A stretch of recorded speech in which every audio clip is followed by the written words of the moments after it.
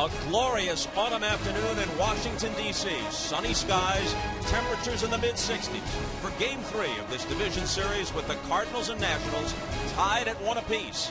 And with some 42,000 eagerly anticipating the first postseason baseball game in the nation's capital since the 1933 World Series. For generations, baseball's playoffs and World Series have provided enduring pieces of the game's history. Today and throughout October, baseball's past will be connected to its present by those who play like there's no tomorrow.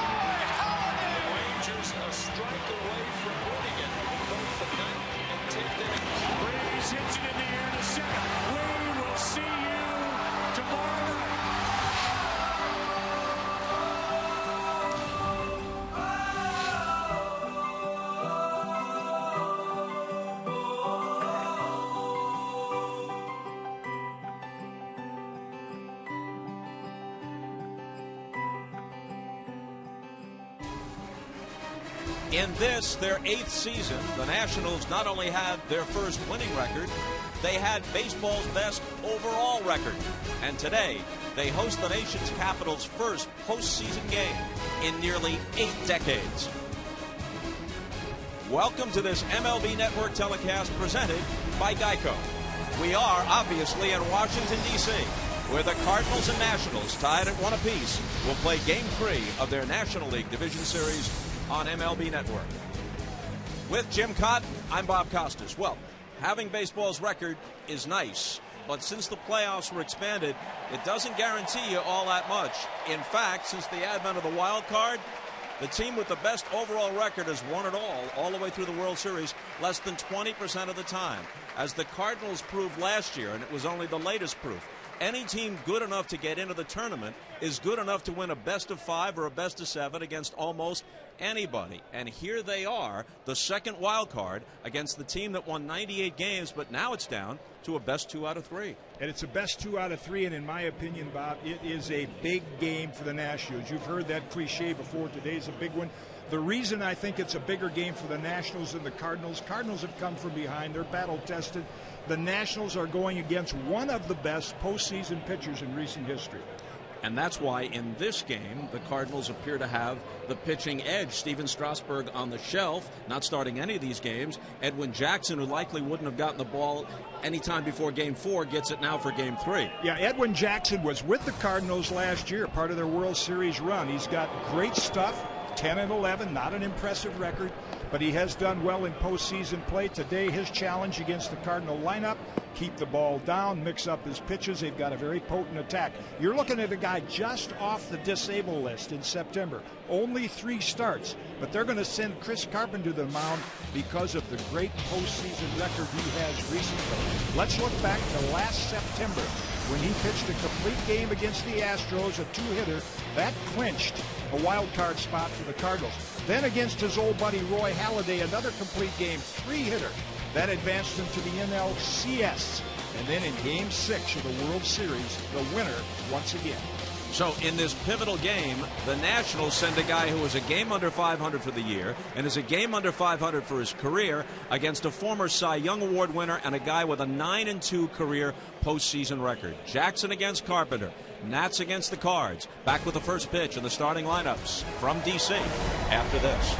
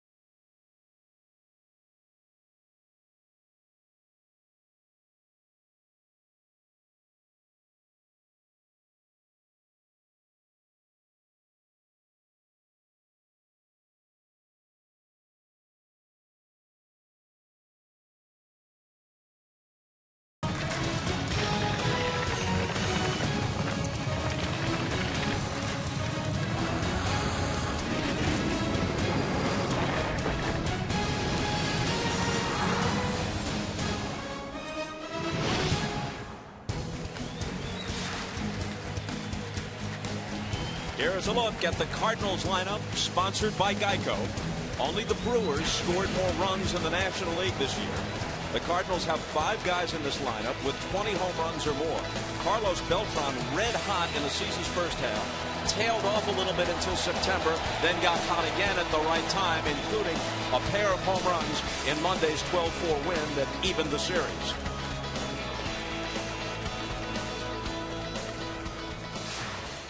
Edwin Jackson is 29 years old. He's 6'3" and 205, a 10-year veteran who's already been with 7 teams, including the Cardinals a year ago. He had 4 postseason starts for them and an overall record of 5-2 after they acquired him in a midseason trade with the White Sox. He was actually rested and ready to pitch Game 7 of the World Series against the Rangers after he started and lost Game 4. But Tony La Russa wisely went with Chris Carpenter on 3 days rest. Carpenter won the game and the Cards won the series. Yeah, Edwin Jackson seems like he's been around forever. I mean, he came up as a youngster with the Dodgers, always had great stuff. No team just hung on to him for a long period of time. His challenge today against this red-hot hitting Cardinal lineup, keep the ball down, mix up his pitches. Jordan Zimmerman found out you cannot get by with just your fastball. And in fact, Jackson may be bound for his 8th team come 2013 because he's on only a 1-year contract and becomes a free agent in the offseason.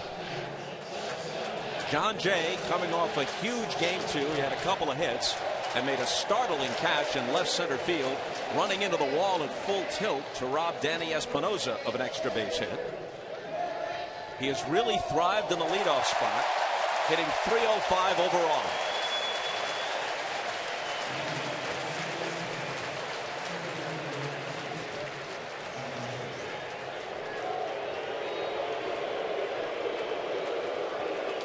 first pitch today was thrown out by Frank Robinson, 77-year-old Hall of Famer, first manager of the Nationals, Baltimore Oriole teammate of Davey Johnson. And Robbie received a huge ovation here. Game 3's first pitch is high and away.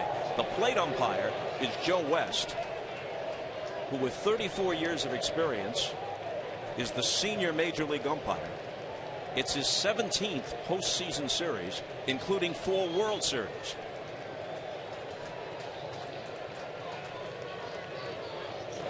Both teams, Bob, will be looking at Cowboy Joe West's strike zone. Players will say, sure, you have the electronic big brother behind as Mike Matheny, Davey Johnson looks on, but you'll find out early in the game whether Joe West is going to have a pitcher-friendly strike zone or be a little more, be a little tighter. That one's in there for a called strike. The key for Jackson, the two-seam fastball, the sinker, to go with the good slider. If he's getting low strikes, he can be effective. But he often has trouble with his control. The Cardinals know that. They'll be patient with him, trying to get ahead on counts. Slider fouled off. Yeah, I made it sound simple when I said keep the ball low, because the Cardinals have a number of low ball hitters, but his fastball runs better when it's down in the strike zone. Fans ready to roar here on just about anything. And the 2-2 to Jay. Bounce towards short, and there's Desmond. Juggles it, recovers, and gets it.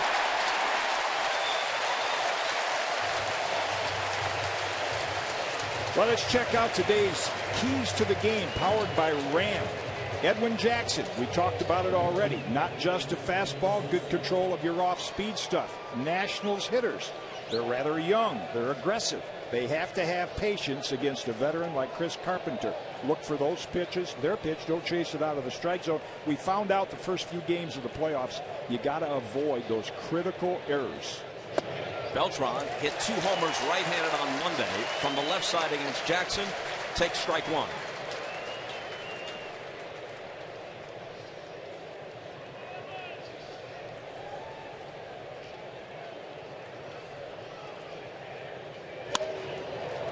A pop into shallow right, backing up from second is Espinoza.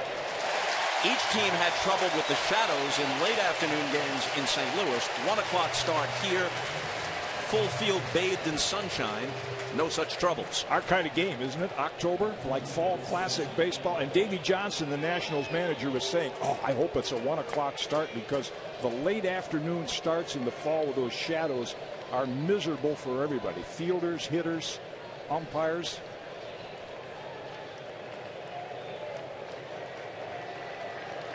With 2 out and nobody on, here's Holiday. Ball 1. Jackson had 2 starts against the Cardinals this year. In late August, he was brilliant. 8 innings, no earned runs, 10 strikeouts. In late September, maybe the worst outing of his career, an inning and a third, 9 runs, 6 hits, 4 walks. Take your pick. Line drive, base hit to left. And Holiday is aboard with 2 out. Yeah, when you mentioned that pitching line against the Cardinals by Edwin Jackson, it almost made me wonder, since the Nationals were going to postseason play, if he said, I'm not going to show him my A stuff today and show him the same pattern that I'll use against him in postseason play. Yeah, but he didn't have to show them the Z stuff and last just 1 1/3. Yeah, that's true. Right. But he came right back against the Phillies with a very good start. Alan Craig at 307. 92 RBIs, but the best RBI per at-bat ratio in the entire major leagues. Yeah, and against Alan Craig, David Freese, Holiday, you know, early in the count, most power hitters are inside conscious. They want the ball middle in where they can turn on it. So you'll probably see Jackson and Suzuki, they're going to try to keep established outside early in the count, and then maybe come inside. 1-0 pitch is ripped inside third and down the line for extra bases. Holiday on his way to third. Craig is going to have a double. The ball is loose in the corner, and they send Holiday home, and the Cardinals have a 1-0 lead. And Craig is at it again.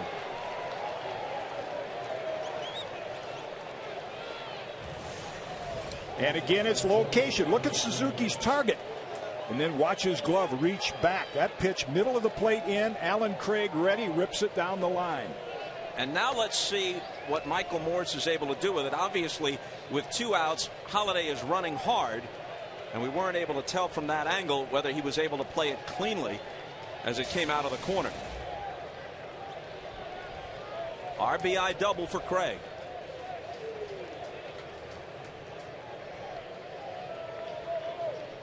And now Yadier Molina. At age 30, he hit a career high .315.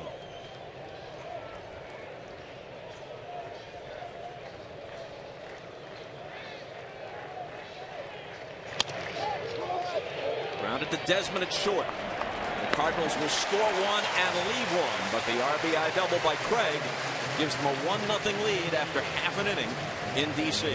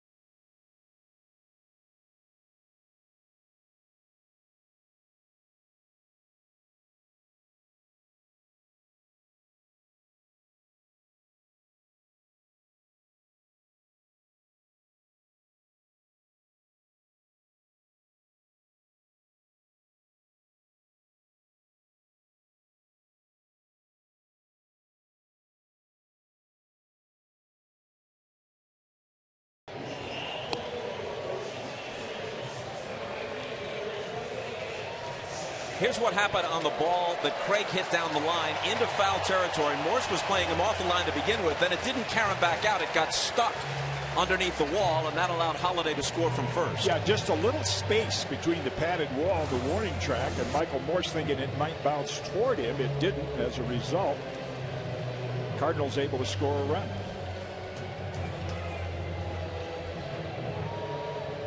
So here's Carpenter to face Worth, who will be followed by Harper and Zimmerman. Carpenter pitched reasonably well in 3 outings after the surgery to repair nerve damage in his pitching shoulder. Came back in September. His record was 0-2. Didn't get much run support. Last year at age 36, he led the league with 237 innings pitched, then threw 36 more in the postseason. Largest workload of his career. I think it's pretty remarkable. It isn't to Mike Matheny and the Cardinals that he has even come back. Rib taken out, that thoracic outlet surgery, nerve damage in his pitching arm, but he's come back ready to go. And a strike to Worth. Asked Matheny before the game if he was surprised that Carpenter was able to make it back. He said, I would have been with almost anybody else. Yeah. But knowing the kind of rusty nail competitor he is, the way he put it, nothing about Carp surprises me. Line to center. A leadoff hit for Worth.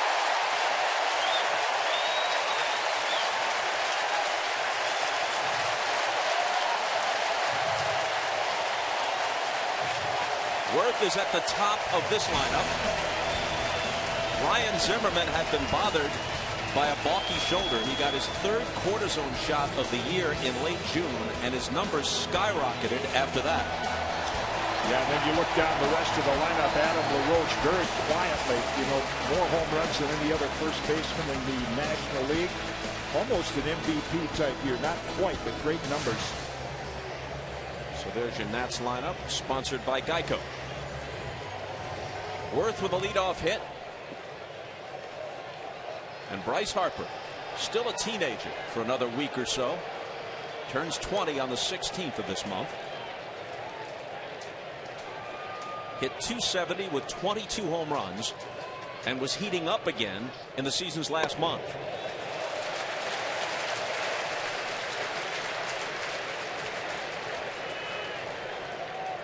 The likely rookie of the year, although some votes will probably be cast for Cincinnati's Todd Frazier.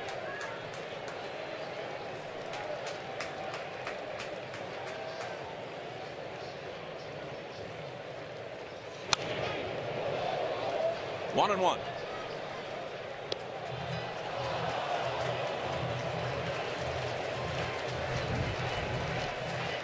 Davey Johnson is a half-century older than his phenom center fielder, but the gap is not quite that large because, as the GM Mike Rizzo puts it, Davey's a forward-thinking guy, and Harper's an old-school kind of kid. He really is.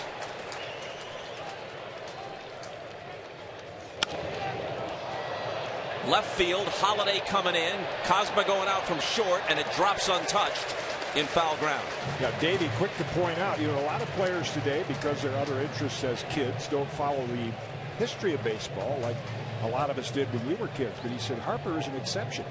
He has studied his baseball history, and you mentioned Davey being a forward-thinking manager. We have the oldest manager in baseball against the youngest today.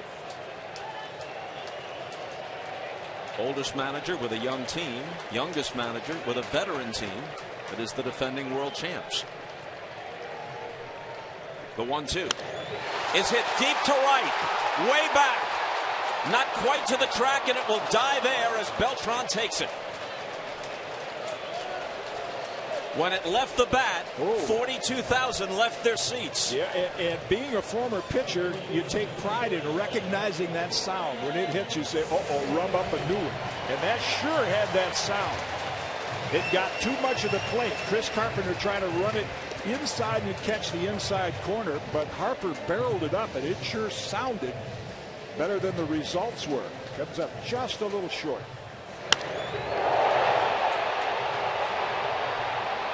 Just about everybody in the park, Harper included, thought he touched one off. Boy, would that have energized this place? Not that it needs much more.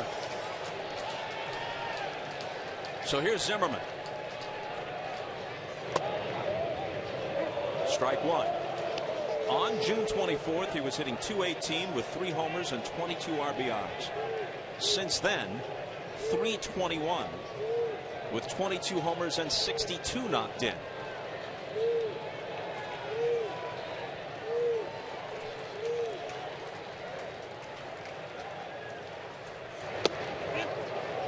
Off-speed pitch misses, 1-1.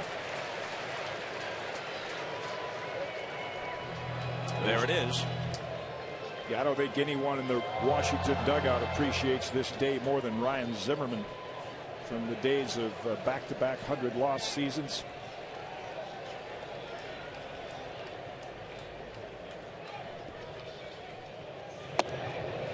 Two balls and a strike. Chris Carpenter was the 2005 National League Cy Young Award winner. Went 21-5 for the Cardinals. His career record is 144-94, and he is 9-2 in the postseason. 4 of those victories last year. And like any pitcher that's not a power pitcher that's not quite as location conscious. These early innings for Chris, particularly with only 3 starts in 2011, you can see him just missing. And I think if the Nationals are patient, they'll get some pitches to hit early in the game till he gets settled in. His 2-1 to Zimmerman evens the count.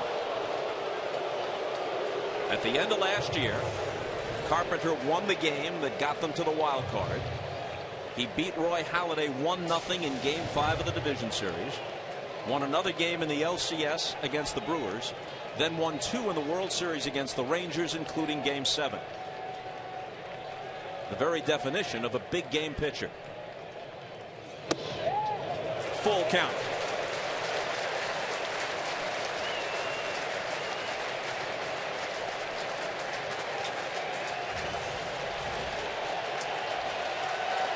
Just missed.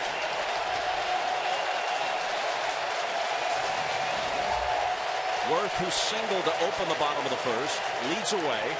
He's going on the 3-2 pitch. It's a slow roller toward Freese, who boots it.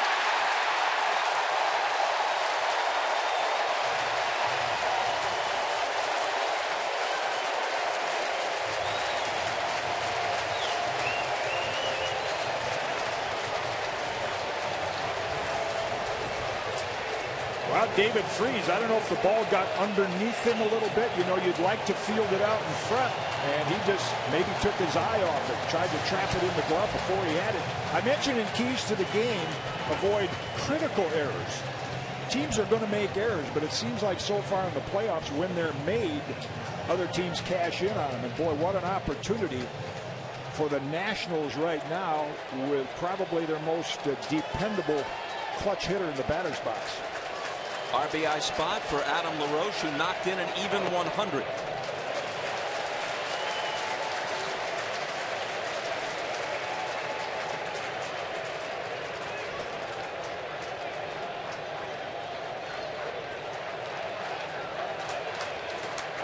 Derek Lilliquist to replace Dave Duncan as the pitching coach.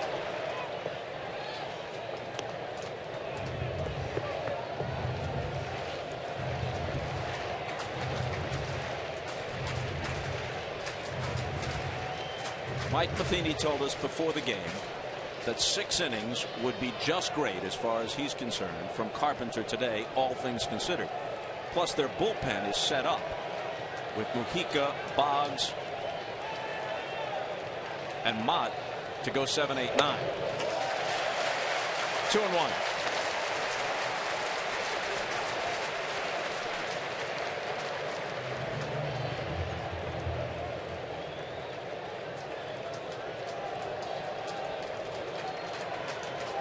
Carpenter in a first inning jam, and LaRoche in a hitter's count.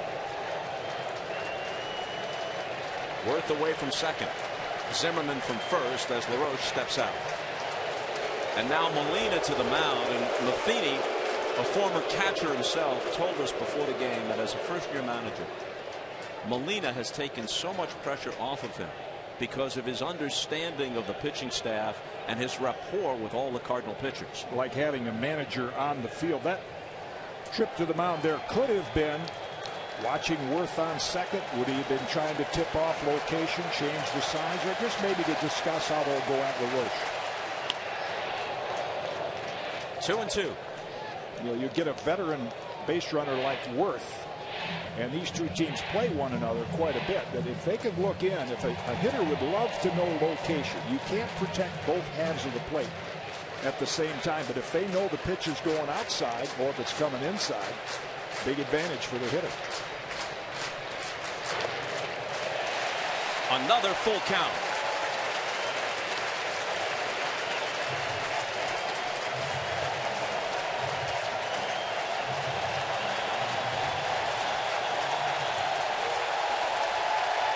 Michael Morse, the left fielder, is on deck. They come to their feet at Nationals Park. The runners are not going. LaRoche bounces one toward Descalso. They'll get one, but not two. So runners at the corners with 2 out.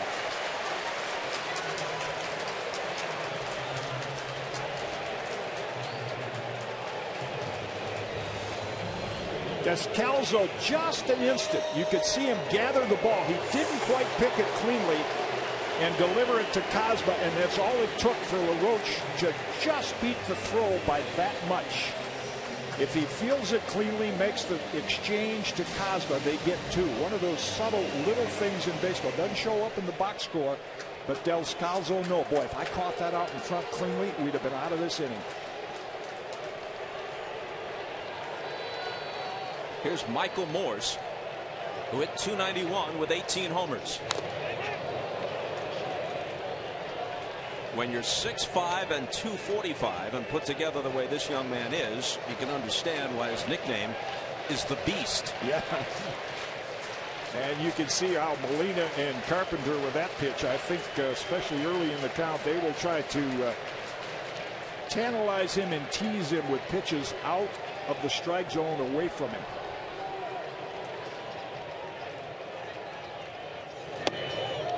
Curveball misses high and away. Chris might give an extra look at Joe West on that one, though. Maybe when it went across the plate, it was high. There's the bio on Michael Morse Bob's referring to. Built like a linebacker. As you see, he stands deep in the box, slightly open stance, and well off the plate. They try to bust him inside, and that one barely misses. 2-1.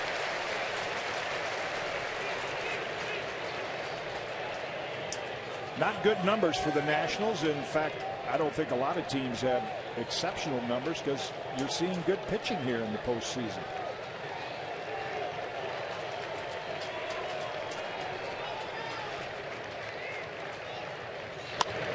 Fastball fouled away. 2-2. The pitching in general, Bob, I think when we looked at last night's game, 2-1, 2-0, over the course of the whole season has been so much better. The starting pitching better. Seems like every team, and Mike Matheny's team maybe near the top of that list, with guys out of the bullpen that just come in form. Heat, upper 90s.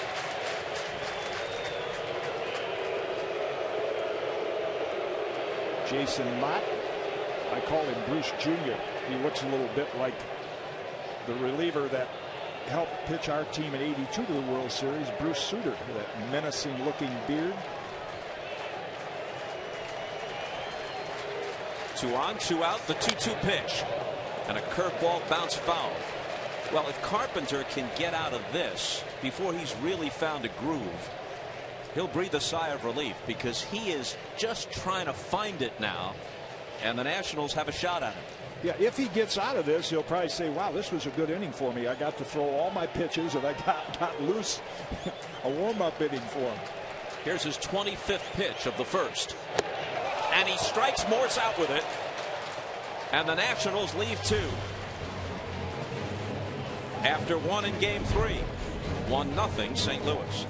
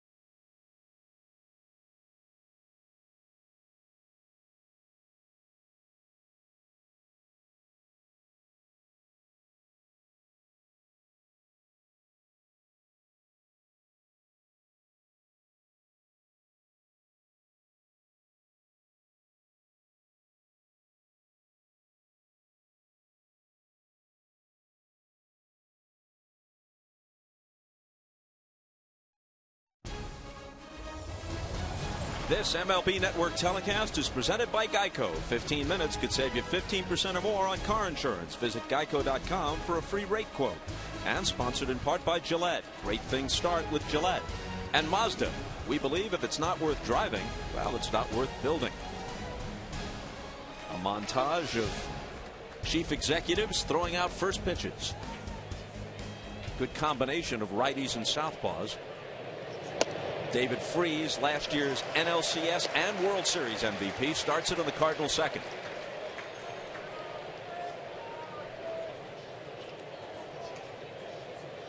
Chris Carpenter was able to work around Freese's error in the first. Yeah, I don't know if it's the I don't know if it'd be proper to say acoustics for a day game, but one of the things you really appreciate about the day game, one of many sitting here, you hear the vendors. Remember in the old days you went to a day game and you'd hear, hey, hot dogs, peanuts, and you could hear the vendors. You can hear them here at Nationals Park.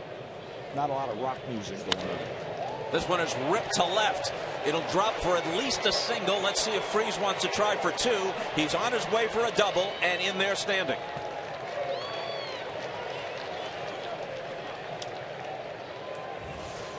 Let's check out the location again. Suzuki wants it outside. No, just like Craig. And Davey Johnson had mentioned that. He has got to keep the ball down and away and mix up his pitches, control of his off-speed pitches early in the count. You leave that ball middle in to these Cardinal right-hand hitters. Most of the time they'll make you pay for it like Freese did there. Well, this is the whole deal with Jackson. It isn't just walks, and this year actually his walk rate, about 3 per 9 innings, was the best of his career. But it's how often he either pitches behind in the count or leaves pitches out over the plate too fat. A perfect example with Jackson is that he once pitched a no-hitter when he was with the Diamondbacks against one of his old teams, the Rays. A 1-0 game in which he walked 8 and hit a guy. That was his no-hitter. Right. In a sense, typical Edwin Jackson.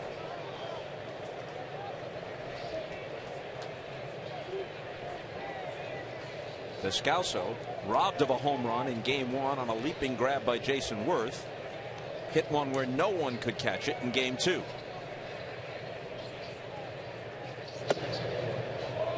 Fastball off the plate. Looking down at Jose Aquindo for a sign, but Descalso knows his job right here with 1 run on the board already is to pull that ball to the first base side and advance the runner to third. And fouls this one to the seats and left. As a result, Jackson and Suzuki will try to pitch him away. Now, a lot of good veteran hitters in this situation, they'll get right up on top of the plate. And they'll make that outside pitch appear that it's down the middle so they can get out there and hook it and at least get a ground ball to the right side and advance the runner.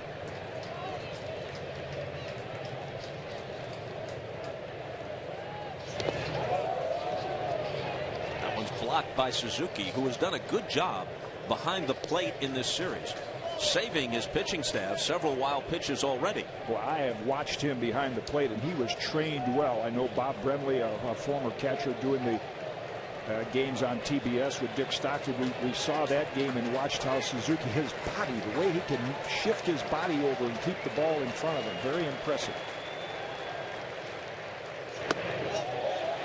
Did he hold up? 2-2 the count.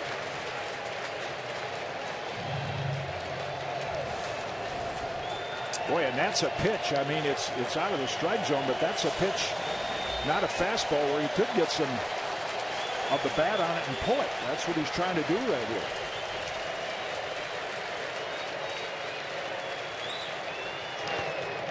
Full count. And Freese back to second. Suzuki was acquired in a trade with the A's. Wilson Ramos, their regular catcher, had been on the DL for a while, so Suzuki was an important late season pickup.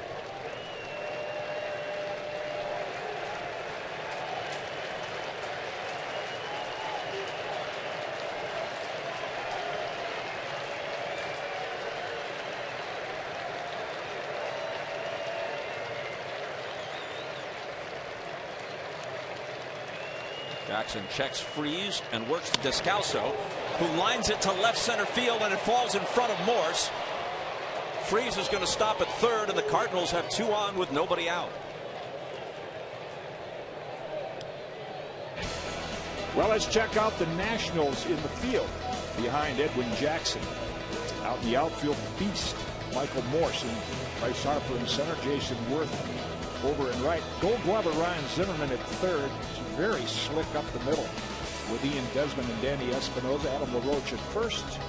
And we've been talking about Kurt Suzuki, the fine catcher. He's behind the plate. So here's Pete Kozma taking over at shortstop for the injured veteran Rafael Furcal. Talk about stepping up your game. Most of the season he was at AAA and didn't hit all that well. But he's hit .333 in the big leagues. And he launches this one to left. Morse going back, looking up, and it's gone.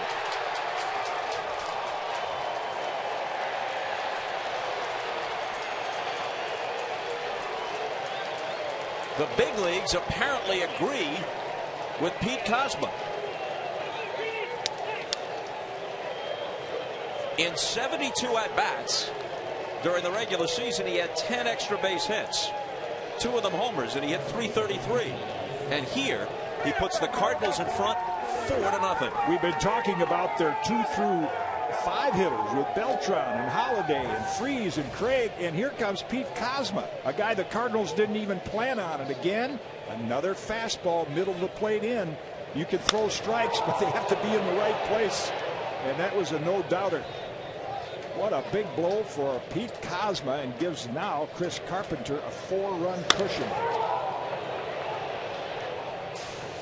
The Cardinals have sent 8 hitters to the plate, now 9, and that base hit by Carpenter means that the Cardinals are 6 for 9 off Edwin Jackson. We talked with the GM Mike Rizzo before the game. He was adamant that he has no second thoughts about shutting Steven Strasburg down despite all the critics. But unless they can turn this game around, they're going to hear it. Oh, no if question. they're down 2-1 and Ross Detweiler starts game 4 and Steven Strasburg has not been heard from in the postseason, and if with the best record in all of baseball they make an early exit, it's not going to be pleasant here. Yeah, there is Steven Strasburg watching, and Steven Strasburg has the best power control combination of any starter in the big leagues this year.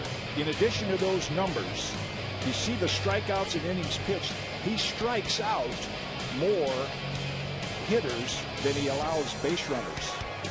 And he obviously, the Nationals are sticking with their decision, but we've talked about that. If they fall behind 2-1, or if they don't get to the big dance, Mike Rizzo's going to hear a lot of those things, but he is committed.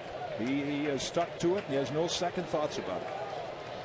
A brief visit from the pitching coach, Steve McCatty. Back to the top for John Jay, who grounded a short to start the game.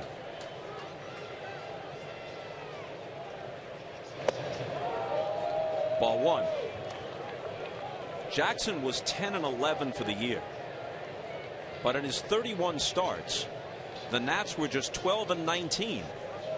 This for a team that won 98 games. 12-19 with Jackson starting, a percentage of .387.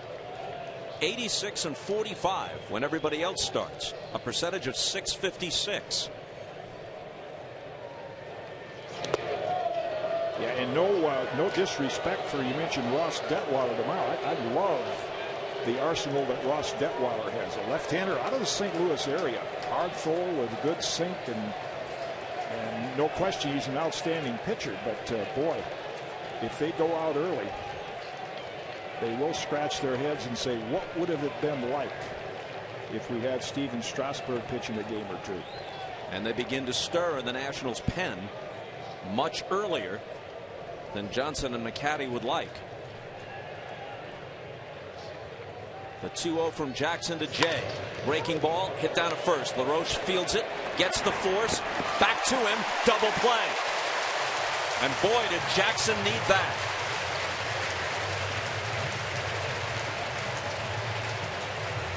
A little display of disagreement by John Jay. Nice play by LaRoche. Gives Desmond an accurate feed and just nipped Jay at first base.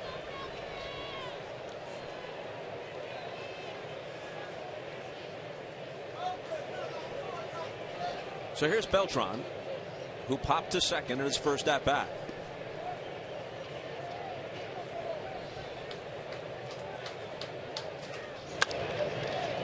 This one is grounded to second, and Espinosa puts a finish to the top half of the second inning. But not before the 3-run shot by Cosmo puts Jackson and the Nats in a 4-0 hole.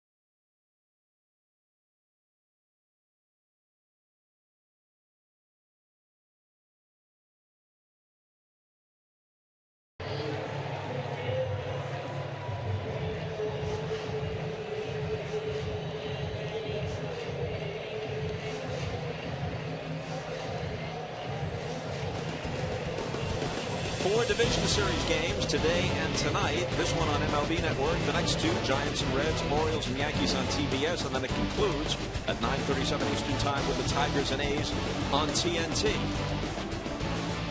Chris Carpenter staked to a 4-0 lead.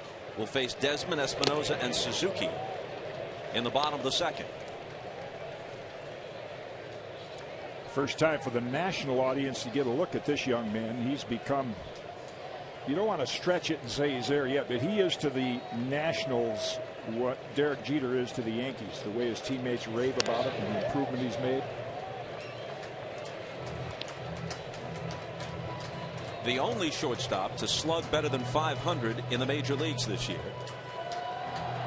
Small sample, but 4 for 7 lifetime against Chris Carpenter. But you'll hear veterans like Ryan Zimmerman talk about what Desmond has meant to this team. Serves this one into shallow right. Beltran won't get there.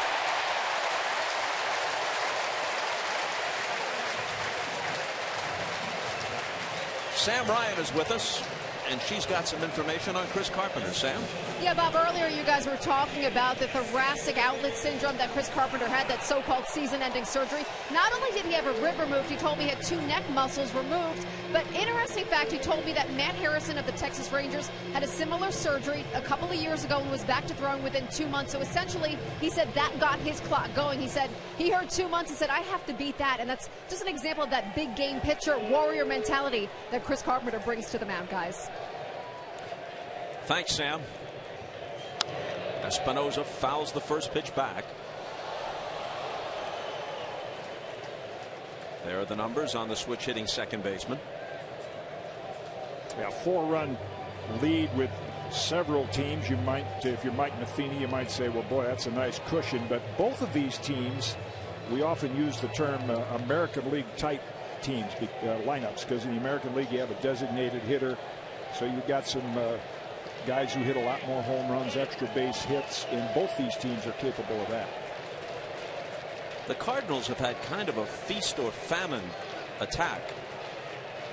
They have a losing record in one-run games and a huge advantage in so-called blowout games. Here's the bunt by Espinosa, pushed toward Freese, who barehands it, throws, and gets him. The crowd doesn't approve, but the call was correct by the veteran first base umpire Jim Joyce. Davey Johnson wants a word. Well, John Jay thought he had beaten the throw on the double play ball that he hit. And now Davey comes out to take up the argument with Jim Joyce on the bunt attempt by Espinosa. Bare hand picked by Freese. And let's just look at it. Jim Joyce only gets one look. You know what? I might have been wrong. And Joyce might have been wrong, too. With the naked eye from here, it looked like he was out. But I'm not so sure anymore. Yeah, anytime they're that close. He's safe. Yeah. He's safe. Is he? I don't know if his foot's on the bag, but anytime they're that close, you really can't quite. We get 3-4 looks at it. Now, Espinosa gets credited with a sacrifice, but that wasn't designed to be a sacrifice. You're 4 runs down, looking at the bottom of the lineup. You're trying to bunt for a base hit. You're not interested in getting the man over and getting 1 run. Well, Jim Joyce, who has umpired in 14 postseason series, including 2 World Series, had a close call, may have missed it.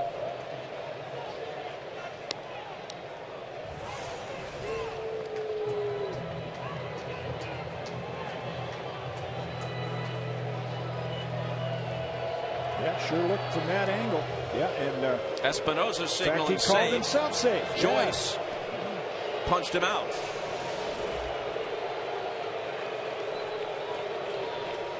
And now the 0-2 to Suzuki. Jim Joyce, one of the more respected umpires in Major League Baseball, no stranger to controversial calls at first base. Well, the Galarraga near perfect game, the perfect game that wasn't, that left Joyce in tears the next day when he realized he had missed the call on what should have been the 27th consecutive out recorded by the Detroit right-hander. Very nicely handled by Galarraga. Very classy. In on his fists, another chance for Freese across the diamond, this time no doubt.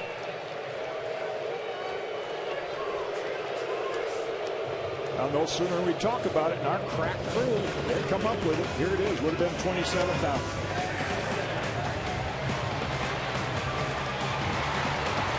That was Cabrera at first base.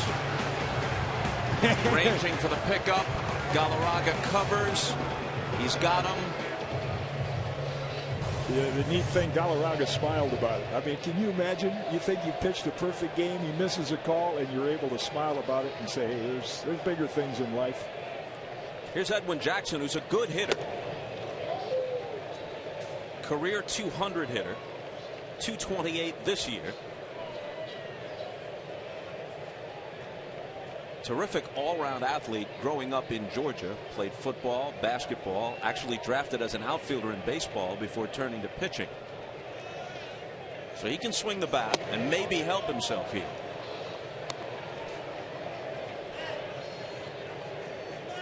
As I said, Jackson grew up, played his high school ball in Georgia, actually was born in Germany, spent his early childhood years there. His dad was a military man.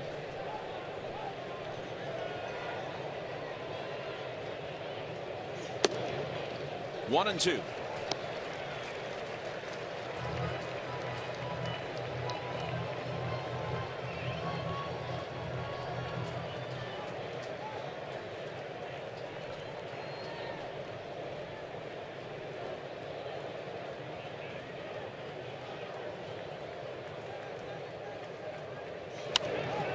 and foul back. You know, you think about an excellent veteran umpire like Jim Joyce. You do so many things right. You miss a big one in a big spot, like Don Denkinger, one of the best umpires of his time in the American League, misses the call in Game 6 of the '85 series, and that ultimately, it's the lot of an umpire. That's what you're remembered for. Yeah.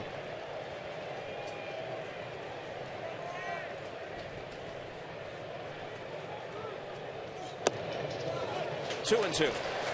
Well, you could tell Chris Carpenter has respect for Edwin Jackson because he quickly got him 0-2. You know, with a light hitting pitcher, as a pitcher, you're saying, well, I don't want to waste any more.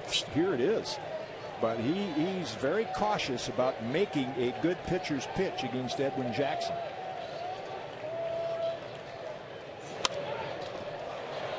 A pop-up called for by Cosman. And that'll do it in the bottom of the second. It remains 4-0 St. Louis.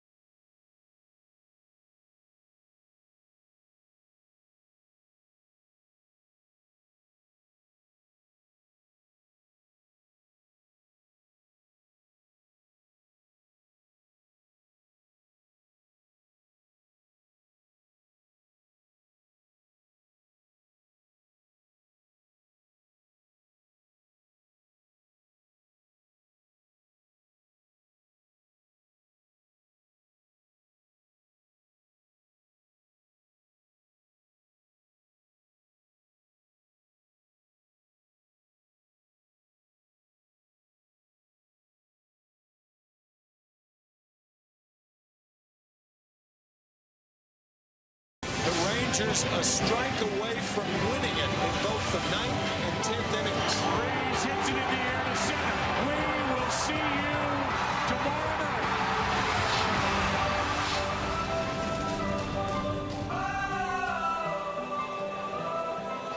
That home run by David Freese, called by Joe Buck in tribute to his dad, Jack Buck, helped the Cardinals win their 11th World Series, most of any National League team. They've won 18 pennants. And you know, it's interesting. This is the 9th time since 2000 that the Cardinals have been in the postseason. They had a number of teams under Tony La Russa that actually were better than the '06 team that won the World Series, or last year's team that came from 10.5 back to grab a wild card on a crazy last night and then somehow rode that streak all the way through to the World Series.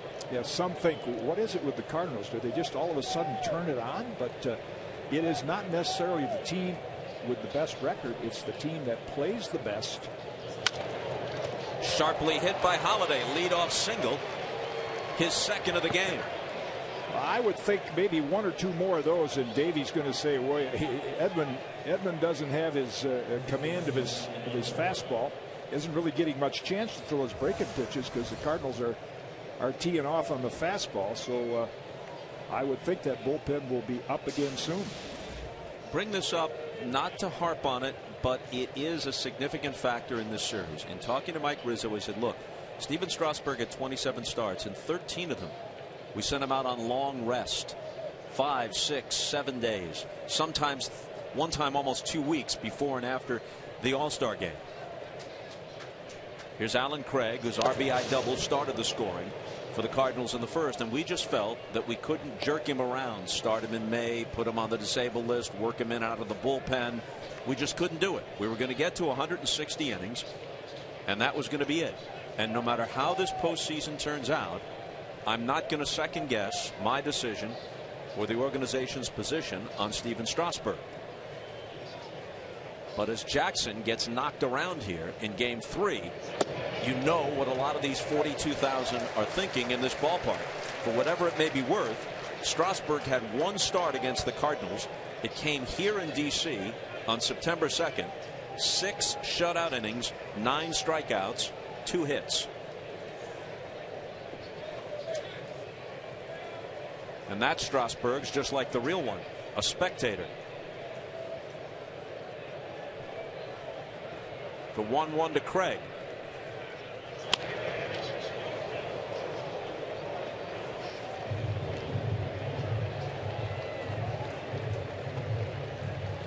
Talked about the Cardinals' feast or famine attack.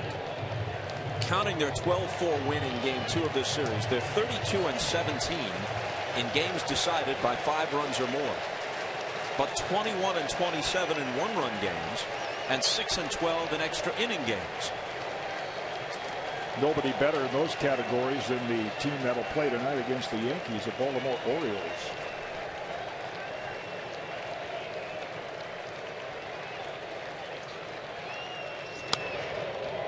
Craig spoils that one. So true to form, in Game 1 of this series, the Cardinals managed just 3 hits and lose a 1-run game. Right. In Game 2, they scored 12 runs and hit 4 home runs and win by 8.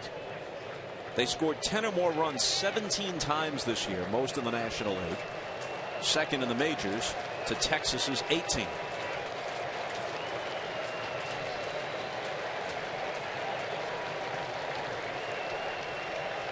And another 1-2 pitch to Craig.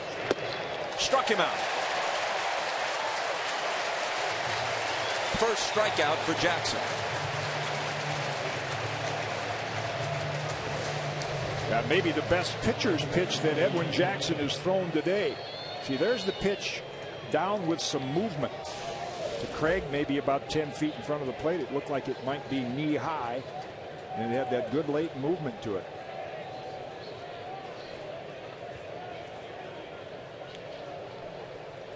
So here's Molina, who, counting his ground out in the first, is 8 for 13 lifetime against Edwin Jackson.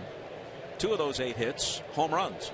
And again, watching the game in St. Louis, and former catcher Bob Brenly making comments about how Molina has improved as a situational hitter. Situations like this where he can hit it the other way.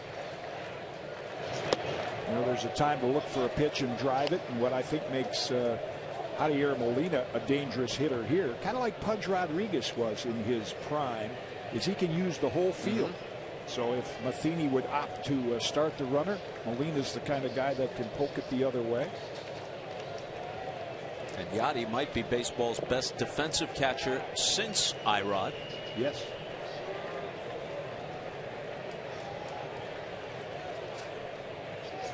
Who played briefly here for the Nationals toward the end of his career. In fact, was the catcher the night Steven Strasburg made his debut and struck out 14 Pirates.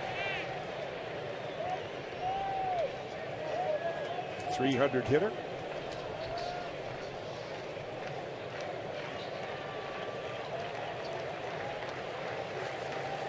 With a career high 22 home runs. Holiday a short lead at first. Yeah, Edwin not in a very good rhythm right now. Very lethargic, very deliberate. Early in the game, sometimes a pitcher has scouting report-itis. You've been in those meetings and say, well, you can't throw it here, you got to throw it there. You tend to overthink a little bit.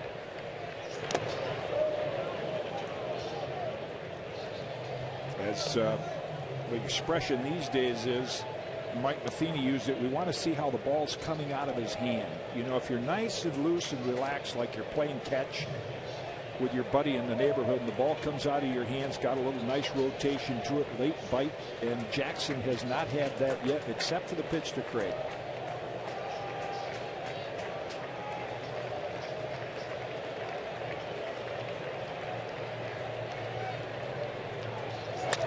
Breaking ball wrapped to short. There's one. There's two.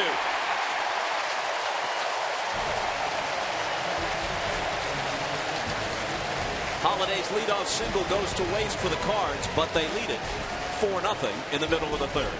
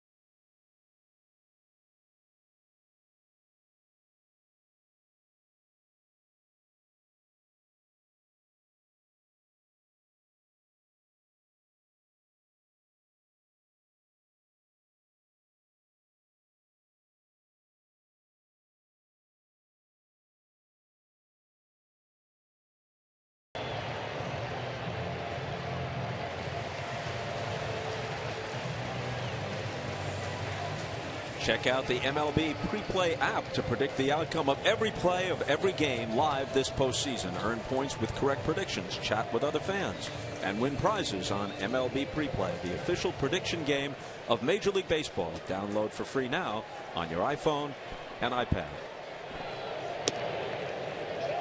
Although the score doesn't please them, this picture-perfect October day has to.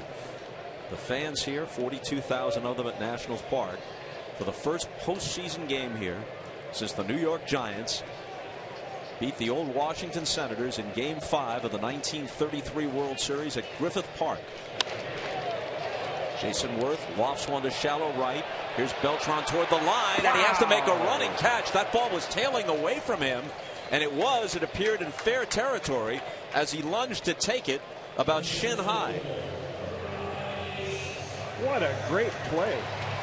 I mean, he gauged it perfectly. He didn't accelerate at all. He wanted to keep his eye on the ball, which he did, and the decision there was, do I dive and slide like Hunter Pence, who made that great catch in Cincinnati last night? But no, he used those long arms, just reached down and knew the stands were right there. That's an outstanding. We have seen in division games some outstanding plays by outfielders. Pence, Jay, Coco Crisp, even though a costly error. He took a home run away from Prince Fielder last night, and there's another one.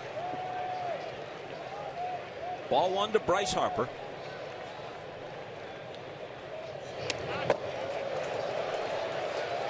Let's bring in Sam Ryan. Sam.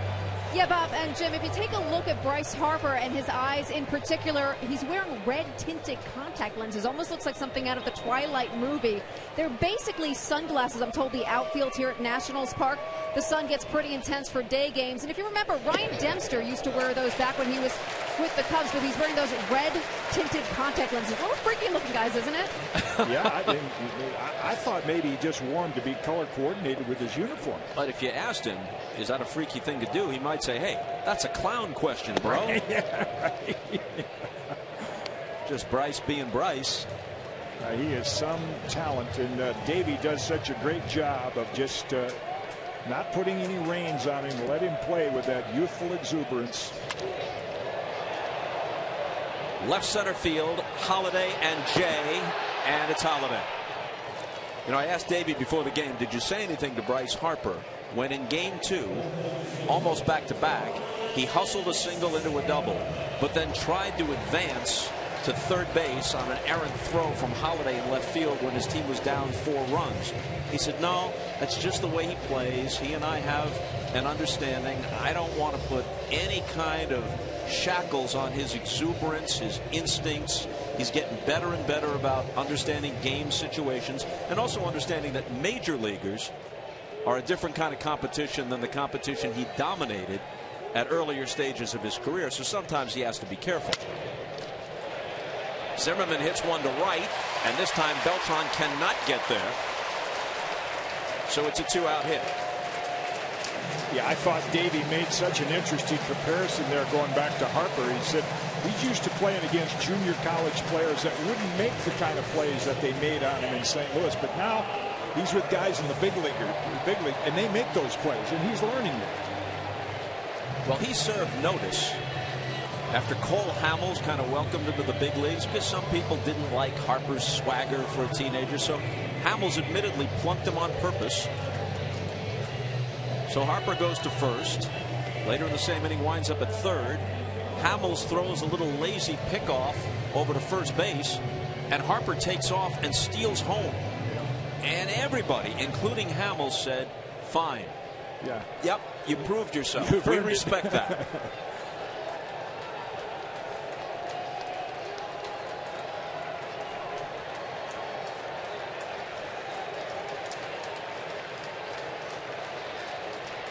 LaRoche grounded into a force play his first time up. Adam LaRoche has been able to come to the plate now in a couple of at-bats where he can do some damage and get the Nationals back in this game.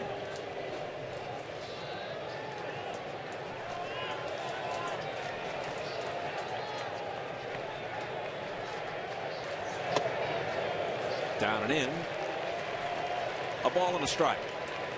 You can see what the Cardinals do to shift the third baseman 13 feet, 22 feet, 19, opposed to straightaway. They really play him around the pull on the infield. Somewhat straightaway in the outfield, not exaggerated pull.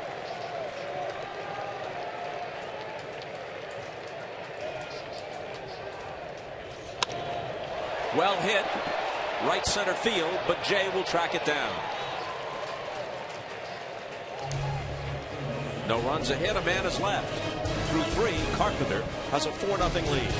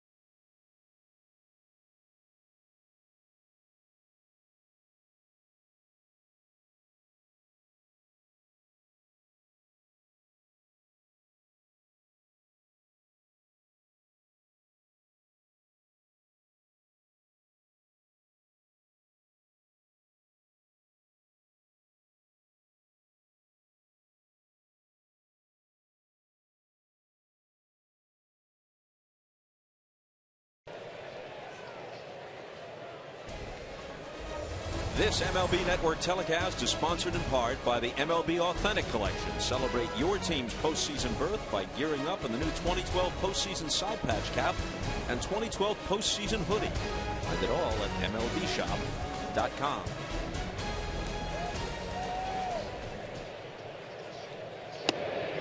Freese had a double his first time up. Like one of the first breaking pitches that Edwin Jackson has thrown for a strike.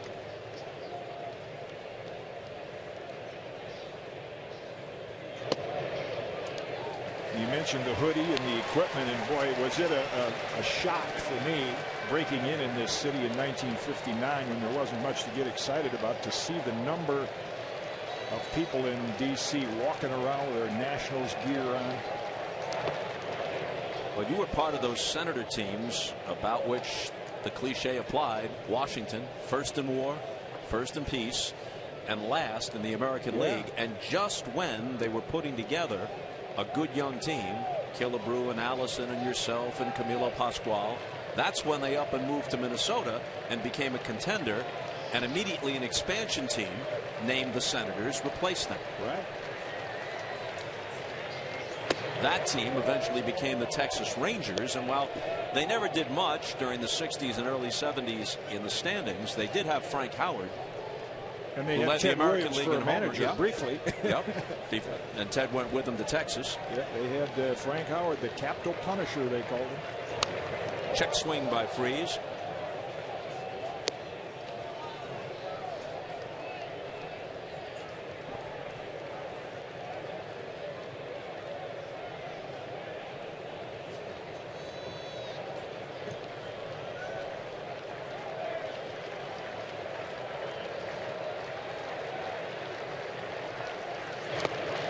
And Jackson records his second strikeout.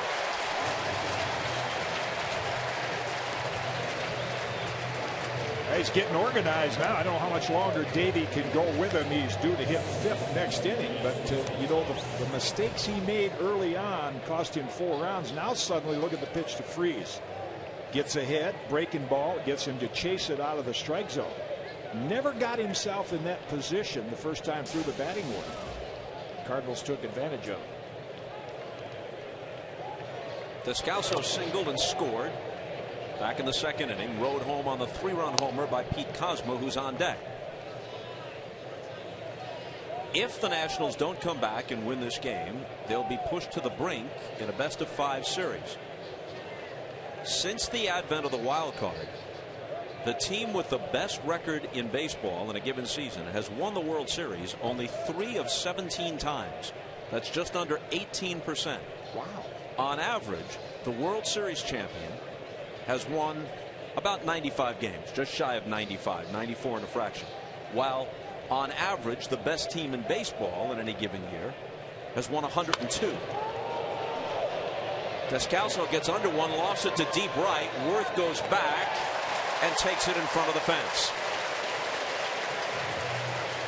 I never realized what a nice pitcher's park this is.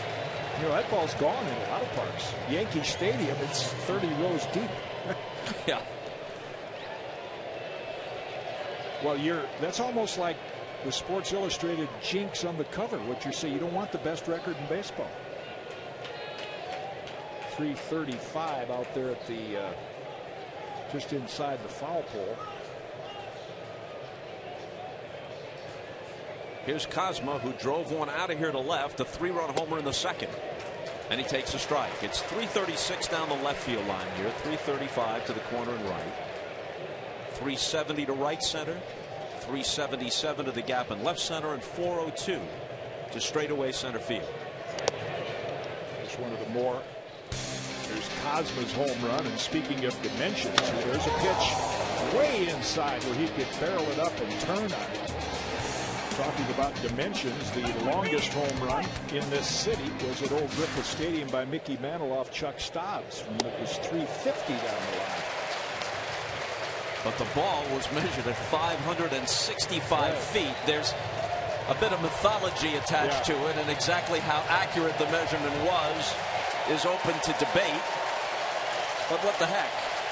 It's a good story. When the facts conflict with the legend, as they said in Liberty Valance, print the legend. And so the tape measure homer was born. And if Mickey didn't hit that one 565, he probably hit another one that distance someplace. At least.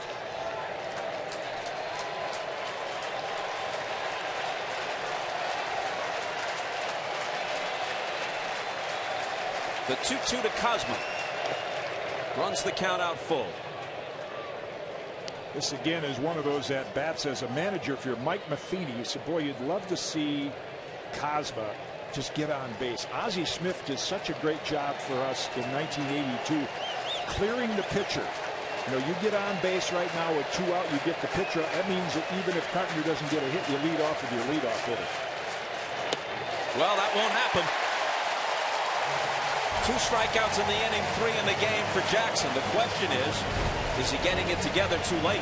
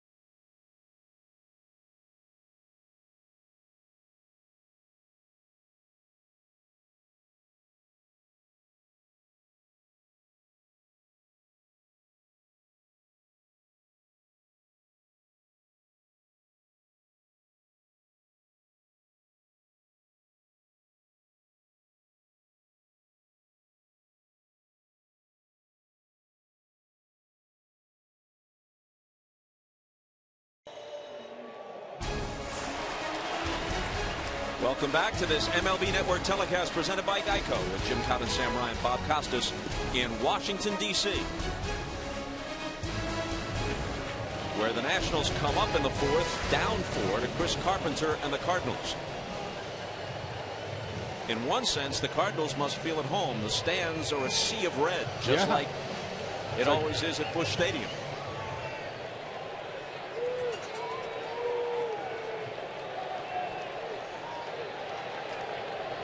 Morse starts it, struck out swinging to end the 1st. Curveball drops in for a strike.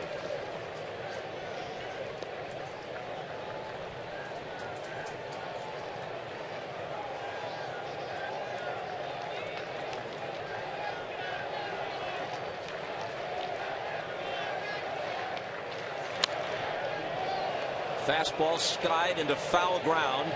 Freeze takes it. Between innings, we spoke with Mike Matheny, and topic 1 was Chris Carpenter. Yeah, Bob, I think you just need to get a feel for the mound again. I know you got got to keep remembering he hasn't had that many innings this season, even though he's had a lot through his career. But it doesn't take him long to really find his tempo and kind of his timing. And it looks like he's getting a little closer now. Yeah, Mike, I mentioned that was a good warm-up for Chris, even though he got out of it. However, throwing that many pitches, does that mean you'll keep a closer eye on him here in the 5th, 6th inning? Yeah, Jim, we're watching him close, and we know that he's not one to take the ball away from himself. He wants it, and he wants to stay out there as long as he can. But we also know that we need to watch because all things aren't even right now. He's in a different spot during the season, but we know that when we get him out there, we got a pretty good shot, but we'll keep a close eye. Looks like Pete Cosma's a guy who likes the big stage. All of his numbers are better in the bigs than in the minors. Yeah, it's impressive. And what timing for us, too, with Rafael Furcal going down. It's been a great addition for us. And he keeps getting big hits and making the plays in the field and everything you'd ask for a young player to do when he gets the opportunity. Thanks, Mike. All right, guys. Well, as Matheny talked about his shortstop, Cosma, the National shortstop, Ian Desmond, doubles to right center. He's now 2 for 2. And up comes Danny Espinosa.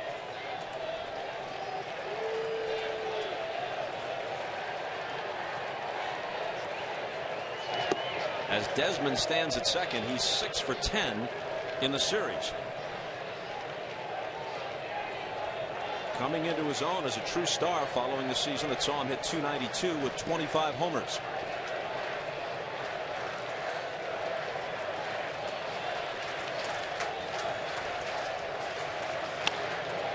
Espinosa pops one into shallow left. Holiday coming in, and there's the second out.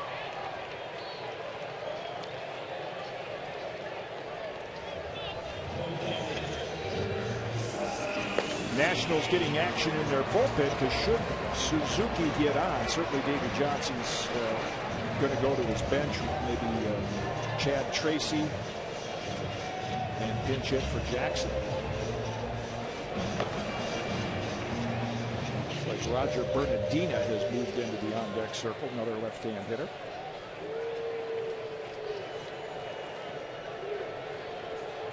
But if Suzuki doesn't reach, it's likely that Jackson will go out for the 5th. Yeah, he's really early in the game. Sometimes a pitcher, particularly Jackson against the Cardinals, you get wrapped up in the scouting report. I got to pitch this guy. You're not really loose and relaxed, and you don't make the pitcher's pitches. He's a different pitcher these last couple innings.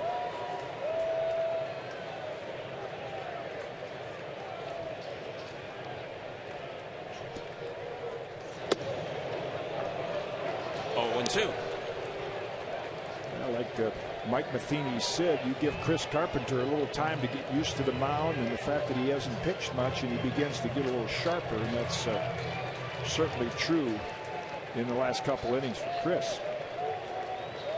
Carpenter has struck out only 1, but he hasn't walked anybody. He's allowed 4 hits.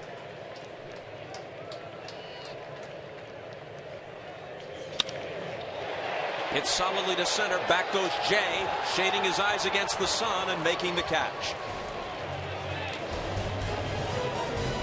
So Desmond doubles with 1 out, but he's left at second. And the Nationals are still left with a 4-run deficit.